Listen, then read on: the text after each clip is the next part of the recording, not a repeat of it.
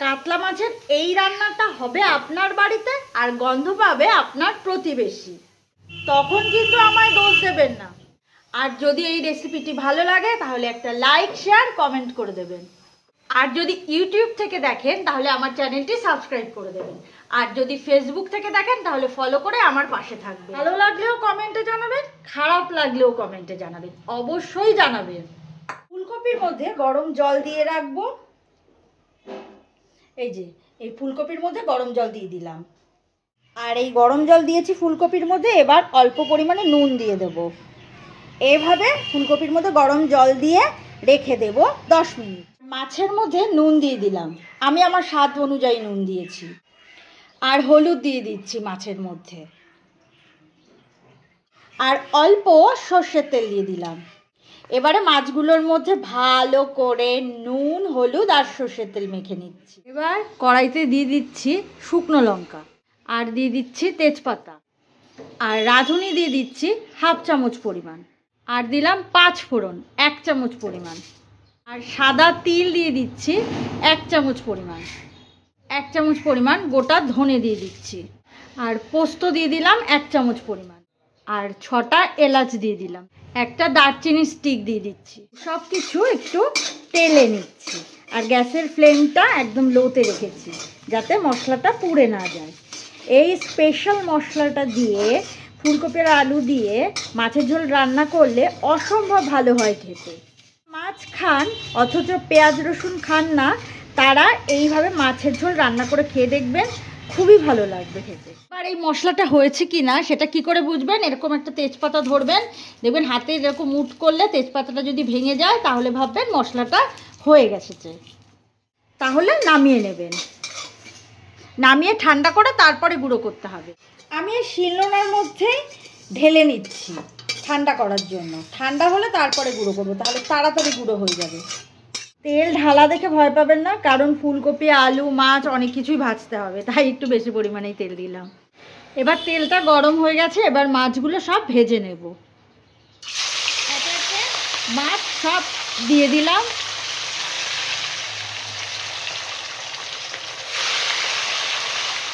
তেল বেশি দিয়েছি বলে সব কটা মাছ একবারেই ভেজে নিচ্ছি।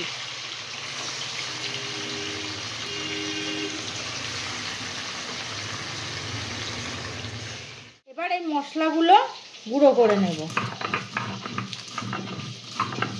মশলাটা ভাজার জন্য বেশ তাড়াতাড়ি গুঁড়ো হয়ে যাচ্ছে, আরও ঠান্ডা হয়ে গেছে, বেশ মচমচে হয়েছে, তাই তাড়াতাড়ি গুঁড়ো হয়ে যাচ্ছে। আর খুব সুন্দর একটা ফ্লেভারও বের হবে। আমি মশলাটা এভাবে বেটে নিচ্ছি, শুকনো অবস্থায় এভাবে বেটে নিচ্ছি। আপনারা চাইলে এটা মিক্সিতেও ভালো করে গুঁড়ো করে নিতে পারেন। এই যে এইভাবে গুঁড়ো করে নিয়েছি। মাছের এক পিঠ ভাজা হলে অপর পিঠ উল্টে দিচ্ছি।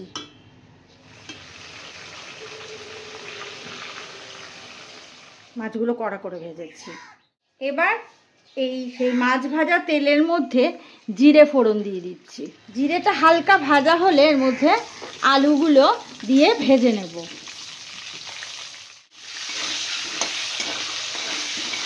এবারে ফুলকপি দিয়ে দিলাম। আলু আর ফুলকপি একসাথেই ভেজে নেব। এখন দিয়ে দিচ্ছি নুন, আর দিয়ে দিলাম হলুদ, আর দিলাম লঙ্কার গুঁড়ো। এবারে সব কিছু ভালো করে ফুলকপির আলুর সাথে মিশিয়ে ভেজে নেব। ফুলকপি আর আলু 3-4 মিনিট ভাজার পর এর মধ্যে দিয়ে দিচ্ছি কোরানো আদা। ভালো করে নেড়ে নেব, আদাটা একবার ভালো করে ভেজে নেব। আলুটা এখনও সিদ্ধ হয়নি, পরে মশলা কষাতে কষাতে, এখন 50% সিদ্ধ হয়েছে, পরে মশলা কষাতে কষাতে পুরোটাই সিদ্ধ হয়ে যাবে।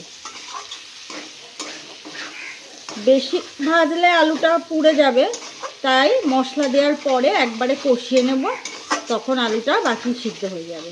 দিয়ে দিচ্ছি টমেটো। এখানে একটা টমেটো কেটে নিয়েছি, সেই টমেটো দিয়ে দিলাম। নুন দিয়ে দিলাম, দিয়ে দিচ্ছি হলুদ গুঁড়ো। মশলাটা শুকনো খোলায় তেলে গুঁড়ো করে নিয়েছি, সেই মশলাটা পুরোটাই দিয়ে দিলাম। আর রঙের জন্য দিয়ে দিচ্ছি হাফ চামচ শুকনো লঙ্কা। শুকনো লঙ্কার গুঁড়ো দেওয়ার পর অল্প অল্প করে জল দিয়ে মশলাটা কষিয়ে নেব। অল্প করে জল দিয়ে দিয়েছি, এবার মশলাটা কষিয়ে নেব। আর সব কিছু স্বাদের ব্যালেন্সের জন্য 1 চামচ চিনি দিয়ে দিলাম। চিনিটা দিয়ে ভালো করে মিশিয়ে নিচ্ছি। আমি যতটা ঝোল রাখতে চাই ততটা জল দিলাম, 2 কাপ মতো জল দিলাম আমি এখানে। আর কাঁচা লঙ্কা দিয়ে দিলাম। আলুও সিদ্ধ হয়ে গেছে আর ফুলকপিটাও ভালো করে সিদ্ধ হয়ে গেছে। এবার মাছগুলো দিয়ে দেবো।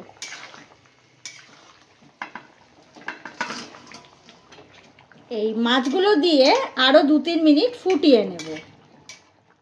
আর সব শেষে যদি অল্প ঘি দেওয়া যায় তাহলে ভালো, আর যদি কেউ ঘি খেতে না চান তাহলে দেবেন না। এবারে নামিয়ে নেব। গ্যাসের ফ্লেম অফ করে 1-2 মিনিট স্ট্যান্ডিং টাইম দেবো ঢাকা দিয়ে। আজ এই পর্যন্তই। আবারও নতুন কোনো রেসিপি নিয়ে চলে আসব। আমার এই কাতলা মাছের রেসিপি যদি ভালো লাগে তাহলে লাইক, শেয়ার, কমেন্ট করে দেবেন। সুস্থ থাকুন, ভালো থাকুন, আর এতক্ষণ ধরে আমার সাথে থাকার জন্য অনেক অনেক ধন্যবাদ।